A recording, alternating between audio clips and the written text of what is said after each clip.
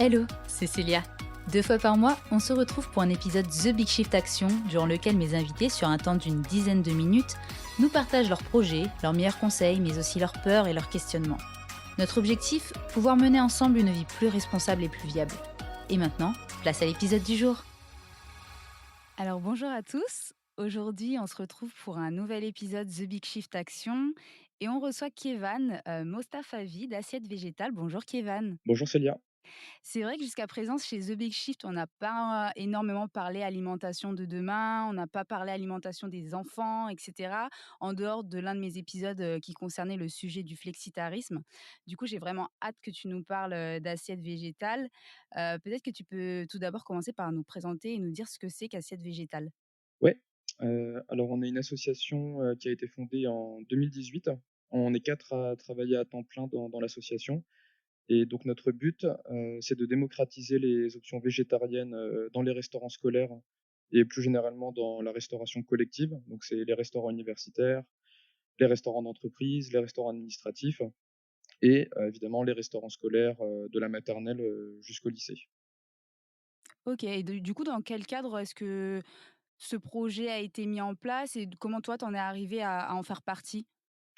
Ben, en fait, alors moi, j'ai rejoint, l'association il y a 1 an, mais on a eu à peu près le même cheminement, moi et mes collègues, pour travailler dans l'association. C'est-à-dire qu'on était des écolos convaincus, on était, tous, végétariens parce qu'on sait que c'est important, pour, limiter son bilan carbone et quand on mangeait dans notre, restaurant universitaire, alors, moi, c'était à Paris, mais mes collègues, c'était plutôt à Strasbourg.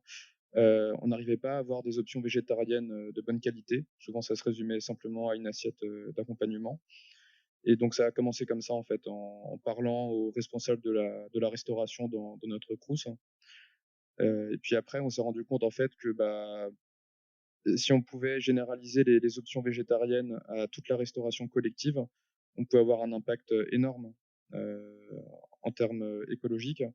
Je te donne juste quelques chiffres pour, se rendre compte de ce que c'est la restauration collective en France.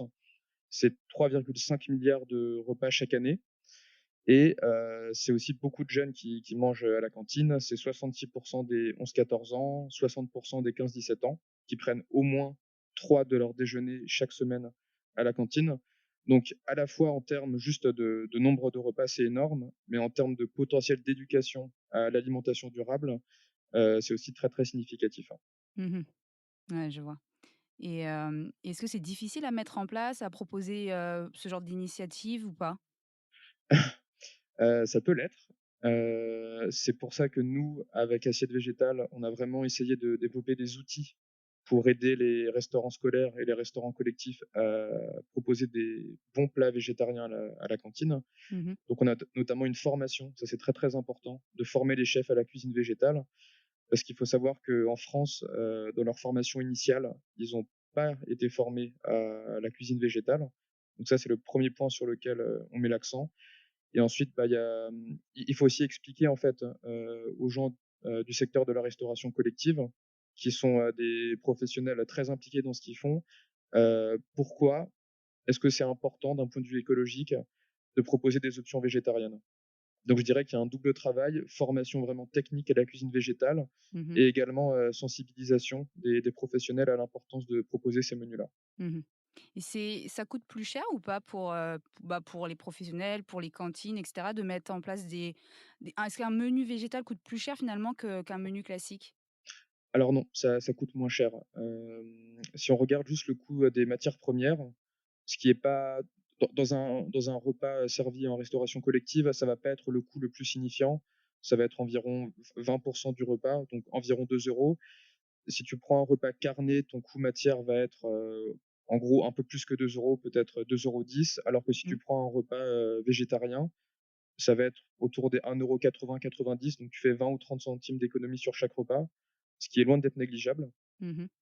Et ça, ces chiffres-là, c'est pour des repas à base de protéines végétales brutes, c'est-à-dire, des lentilles, des haricots rouges, des pois chiches et nous, on travaille surtout sur ces produits-là, pas tellement sur, des produits industriels, par exemple, qui eux, vont coûter un peu plus cher. D'accord. Et comment, du coup, Assiette Végétale, finalement, comment elle se finance? Comment vous faites pour, pérenniser, votre activité? Alors on a 3 leviers principaux. Le premier c'est les campagnes, d'appel aux dons qu'on fait, auprès du grand public. Donc on a des gens qui aiment ce qu'on fait et qui nous soutiennent, qui nous donnent de l'argent. On OK. est aussi financé par des institutions. Par exemple, il y a l'ADEME en Mmh. Bourgogne-Franche-Comté qui nous finance pour qu'on forme, les chefs, cuisiniers du Crous de Bourgogne-Franche-Comté. Et enfin, bah, on espère, on est une association à but non lucratif bien sûr, mais, on espère aussi que nos formations nous permettent, de gagner un peu d'argent ou au moins de rentrer dans nos frais. D'accord. Et comment on fait si on a envie de vous faire un don? Ce serait bien de le dire à nos invités, si eux ont envie, en tout cas. Ouais, bah, il suffit d'aller sur, le site internet d'Assiette Végétale, et puis il y a une page, pour, faire des dons et ensuite, on a une newsletter qui permet, à nos donateurs de se tenir au courant de nos avancées, de notre travail, de l'actualité de l'association. OK, super. Bah, je mettrai déjà le lien du site, dans la description, comme ça les auditeurs qui ont envie au moins d'aller voir, de quoi il s'agit pourront s'y rendre très facilement.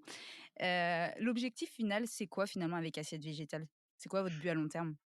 Alors, il y a un premier objectif, chiffré concret qui est que, chaque restaurant collectif en France propose tous les jours une option végétarienne de qualité, donc cuisinée.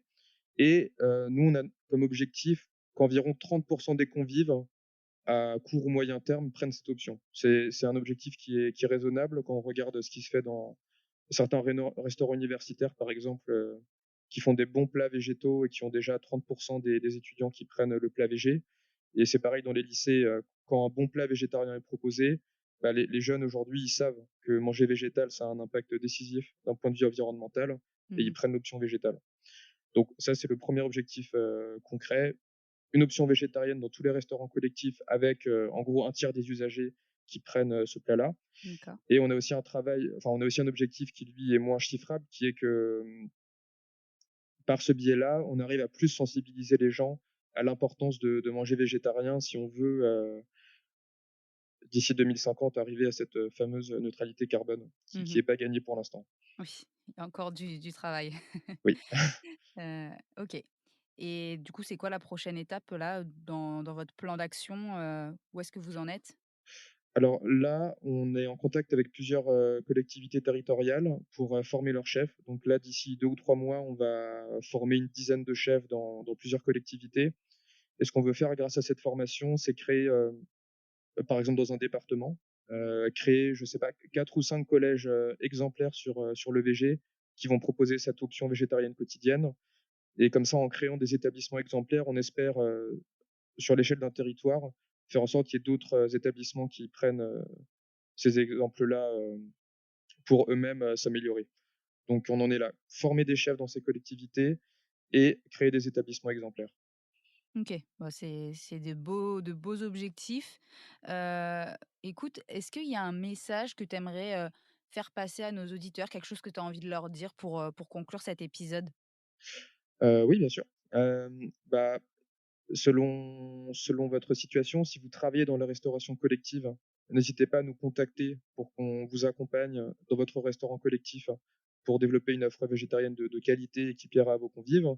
Et ensuite, si vous êtes juste un usager, c'est-à-dire si vous mangez dans un restaurant d'entreprise ou universitaire, bah, n'hésitez pas à goûter l'option, végétarienne de votre restaurant si elle existe.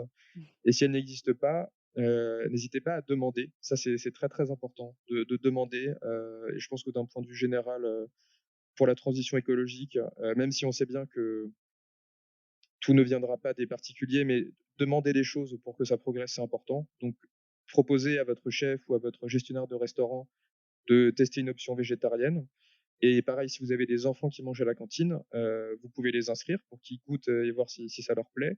Et si elle n'existe pas ou qu'elle est pas de bonne qualité, bah, n'hésitez pas à interpeller, le collège ou l'école de vos enfants, le lycée, pour que cette option végétarienne soit mise en place. OK. Mais écoute, c'est super. Eh bien, merci d'être venu pour, répondre à mes questions. C'est un super, projet qui est déjà mis en place, bien évidemment, mais j'ai hâte de voir ce que ça va donner sur le long terme. C'est vrai qu'il y a encore, beaucoup de travail à ce niveau-là en France. On espère voir vite du progrès. On voit de plus en plus de Français qui se sont quand même mis à une alimentation moins carnée. Moi, j'en fais partie. Et on espère que c'est quelque chose qui va prendre assez rapidement parce qu'en effet, on le rappelle, hein, on a des objectifs, de neutralité carbone, qui vont arriver très, très, très vite et l'alimentation en fait, pour beaucoup, partie. Donc encore merci à toi Kevin et puis, on se retrouve bientôt pour un nouvel épisode. Merci à toi. Voilà, j'espère que cet épisode t'a plu. N'hésite pas à laisser 5 étoiles sur Spotify ou 5 étoiles et un commentaire sur Apple Podcast pour toucher encore plus de monde. N'oublie pas, c'est lorsque l'on agit ensemble que nos actes ont un impact. À très vite pour le prochain épisode.